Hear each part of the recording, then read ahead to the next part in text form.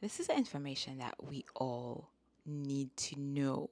Do you know what your wound is? Where is it located in your chart? What is it telling you?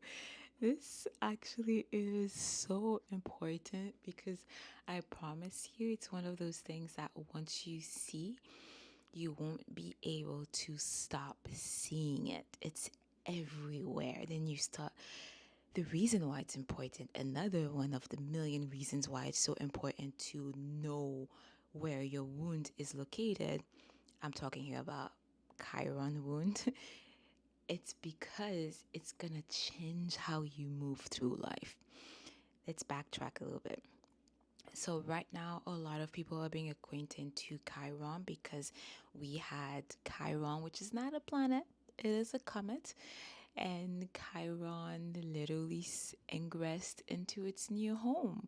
So that just means it's changed sign. Chiron was hanging out and having a blast in Taurus. All I'm thinking about is, hello. Remember all the things that happened in during while the time when we were in Taurus, and now, I mean the time. Yeah, gosh.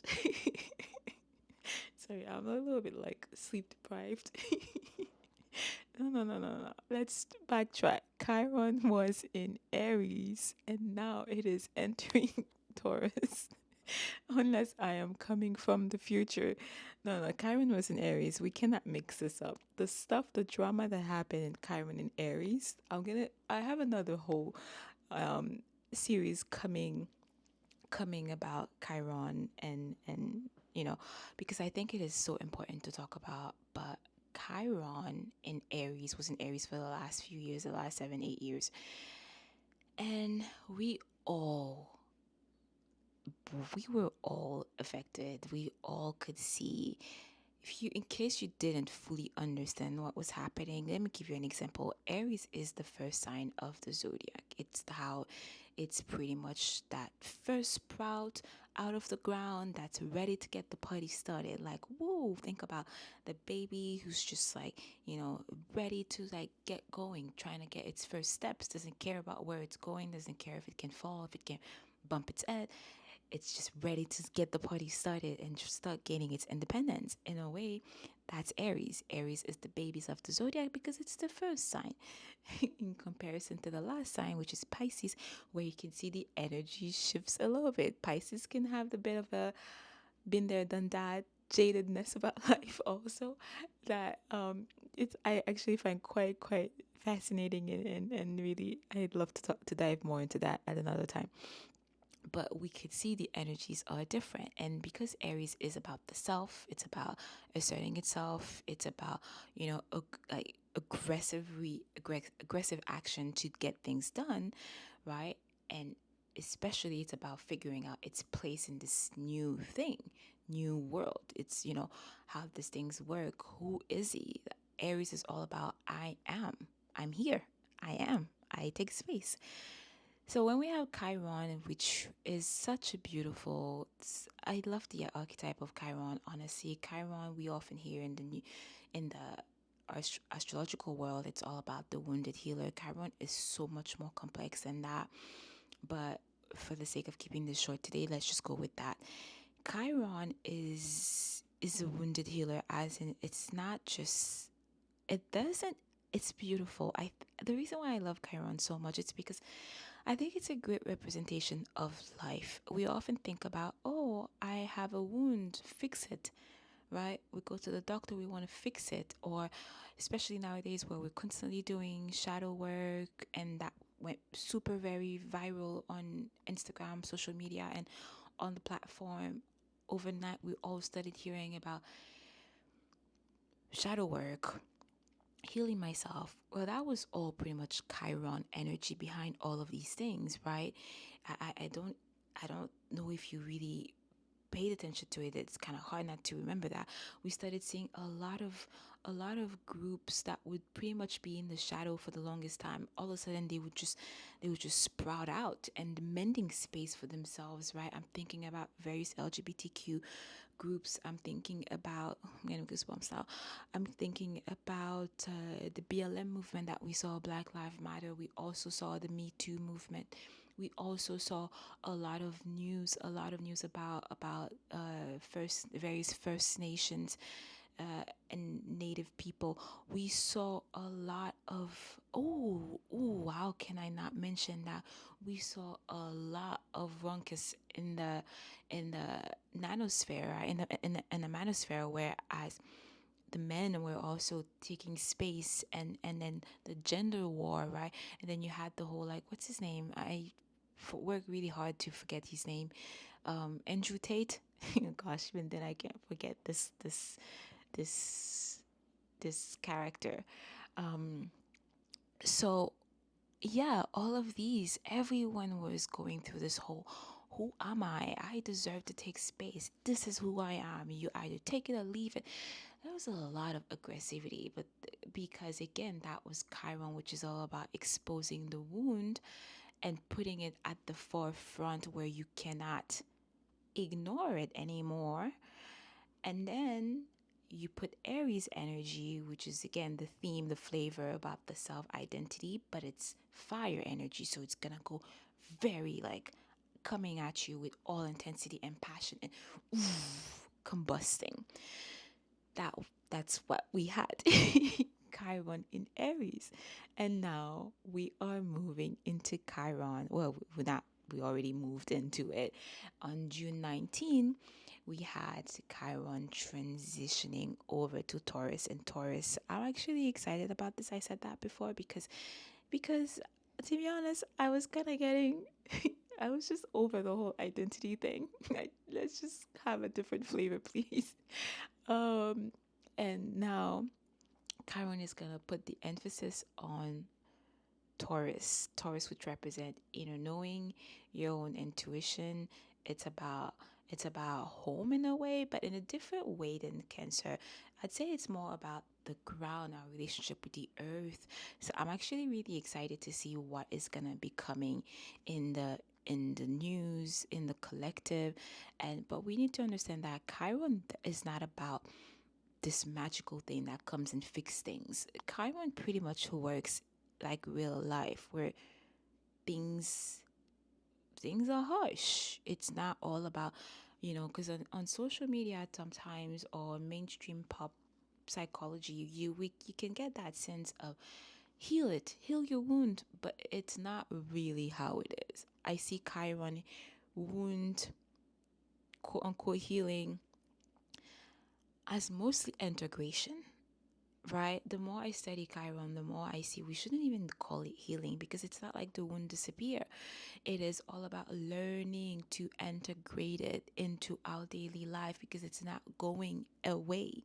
It's part of what makes everyone unique, and it's also part of your complexity, to be honest, because if we didn't have that one, we'll probably be just like a dry wall, like painting drying on the wall is just is, but it's boring, it's flat, it's lifeless, right? So when we think about it that way, that wound, as frustrating as it is, it adds texture, it adds, and a lot of time this is also where it would be very deeply connected to what, the work that your soul came here to do in this reincarnation. And it's going to be very tightly connected to the type of work you end up doing, and the traumas you go through life that shape you. So for 1 second, I forgot, how did we get here in this conversation? But all this to say that this is not a dedicated Chiron episode, but I thought it was very important to touch upon that and show you how much impact it has, right?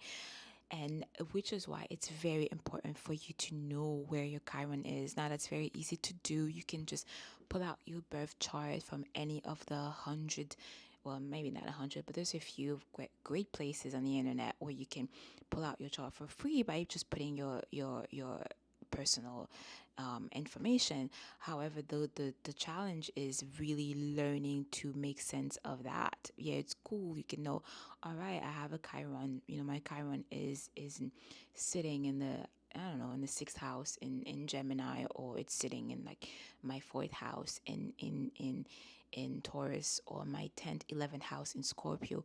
But what does that mean, right? So this is why I think it's very important for you to know. And by the way, you can also have a consultation with me. We can go through all of that, or have a consultation with like someone that you trust. And it's very important to know. But all my links are down below as usual. That's what I do with clients. But I was thinking about that last time, because once you become aware of that, you start moving differently. You start seeing people differently, not as in judging them. For me, I find that it's the opposite. I find that it increases compassion even more, because we don't all act the same way. For example, one thing that I used to say a lot, and now I don't say that quick, or I pay very attention, or I soften it a lot, is, for example, a lot of people are crippled by other people's opinion, right? And that's something that was really, I didn't fully get at first, because I'm like, don't stop caring about what people think. I mean, this is still one of my major values, right? But the more clients I see, the more work I do, I realize deeply how much the wound can have an impact on you, right? And how we're all so created in different ways with different operating system. We all have amazing gifts, and lots of, also some shadow points, some flaws that we need to, well, I don't like saying flaws. How can I say that? Some weaknesses that we need to pay special attention to help balance ourselves. We're not flawed. I really think we're perfectly beautiful and unique and magical, exactly the way we're created, with all the, Chiron wounds, all the quirkiness, all the annoying things that you do that get on your nerves. It's all what makes you beautifully unique. That's all what gives you a special, unique flavor, right? And but going back to the whole being mindful about what we tell others, because we don't all have the same wound. So I'm gonna go to someone and be like, "Oh, stop caring. Why you care so much about what other people think?" But then guess what? Open that person's chart, and they have a Chiron wound in the first house. Eesh. Like, to them, that wound, the first house is the house of the self. It's that first line that encounters people. It's your body, it's yourself, your appearance. I also like to see that as identity also, to some extent. It's you. It's the first house. So going to that person that has a Chiron wound, right? In that house, like a deep wound, where that means, what does it mean to have a Chiron wound? That means because the Chiron wound is going to have a different definition based on which house it falls. The house are the various areas of our lives, things like career, family, safety, work, the self, right? Your self identity, your body image. That's the house. There's 12 of them, 12 different areas. And then so having your Chiron in those different house would mean different thing. As I started the episode with that example, Chiron in Aries, which is about taking space. I exist, the concept of self, right? Having the Chiron wound there, which means that this is going to be where, like, there is a little bit of, the wound is, where we're questioning, we're fighting for our sense of selves. You feel that you have, some issue there, where belonging issue, who am I, people not giving you space, feeling like you can't fully step into your identity, as we saw with the various example I gave, the Black Lives Movement, right? The men identity crisis being highlighted, the gender wars, all of these things was all Chiron in this identity, in the in the self, in Aries. So right? So depending, the Chiron is going to have different wound. Which zodiac sign does it fall in, and which house, right? So this is why I think it's very important to know where yours fall. Like I said, that example. Now, if I know that person has a Chiron wound in the first house, that means that they already have they tend to struggle with their value. They tend to feel, and let's say that wound is in Capricorn, right? It will express itself as feeling like they have to work, they have to prove their worth, because Capricorn is really about intense work, putting the work so they can get the reward, right? It's that cause effect. If I want to achieve this, I need to do that amount of work. Think about the mountain goat, right? I need to go on top of the mountain. Therefore, I'm not going to get there magically. I need to just get to work because I need to climb all those steps so I can reach my goal, which is to get on top of the mountain. That's going to be the Capricorn flavor. So having the wound, the Chiron wound in the first house is pretty much really heavily going to be linked to self-doubt, self-worth, feeling like they're unworthy. And then when you add the Capricorn flavor, it's going to show as I really feel unworthy, and therefore, I have to prove my worth. So this is just giving you one example. There are so many combinations we can have the Chiron falling in any of those 12 houses, and then the signs that we layer on top of it, and then is it conjuncting any other planets, meaning is it close to any other planet, and then is it on any of the angles, right? So now when we know, taking that example of this person with the Chiron wound in the first house in Capricorn, right? Now knowing that thing, it's I'm not gonna feel that comfortable telling that person, oh, why do you think so much about what other people think? Do you know what I mean? So this is what I mean equally, because we don't all go around with something on our forehead stating, I have a Chiron wound in such house, in such, sign. No, that would be really funny though. That would be really funny. But that would be so funny. However, I think it is our responsibility to know where our own wound is. This is when you're going to start saying, ooh, I said this. Here is my wound talking again. And then you can even detach yourself. For example, me, I do things and I'm like, oh, all right, here's the Chiron wound making its grand entrance. And then saying it I like trolling. I like trolling my shadow, because to me, that's what works for me. And it allows me to remove some of the intensity and make it very playful. And then, so find whatever works for you, but being aware of what your wound is, that way you can stop being. Here's what it comes down to. You want to be aware of it so it can stop controlling you. Because in that case of that person I gave, right, the client with the Chiron wound in the first house in Capricorn, that wound has been ruling that person's life since as far back as it goes. However, the person has no clue, no awareness, nothing.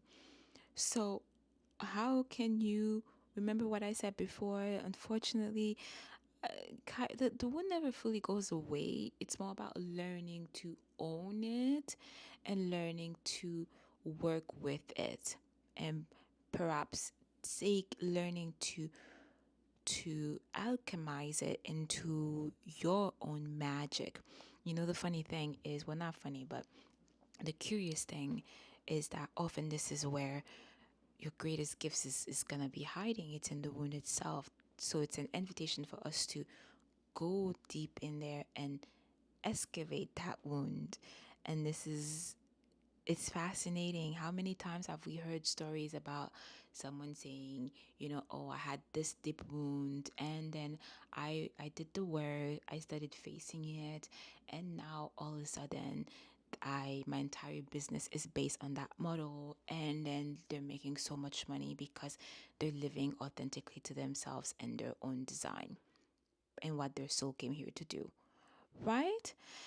So that is what I wanted to say today. Please, if you're really serious about This is where I think the whole shadow work, self work that we all love to do so much, well, we might not always like the the intense transformation, plutonic birth and rebirth times of our life. But generally speaking, a lot of people are awakening up and getting really interested in bettering themselves and doing shadow work. But this is when I think the work starts becoming magic, is instead of making it a generic astrology that you listening, right, like those fortune cookies, uh nonsense. I'm not gonna say nonsense because I still think they were uplifting, but this is where you stop making it generic and you start truly tailoring it to you. That is when honestly life becomes just whoa, and it becomes magical because you start saying, oh my god, nothing is random, and you start saying, wait a minute, this is divine. My soul came up with this plan. Like what? Of course, some days are like intense and you get mad and frustrated, but we're not gonna talk about these today. But you start being able to play with the universe and seeing how magical everything is, and that's when I think life truly starts. You start living. You start living. On that note, my love, that's all I had today. Let's all do our best to educate ourselves and get acquainted and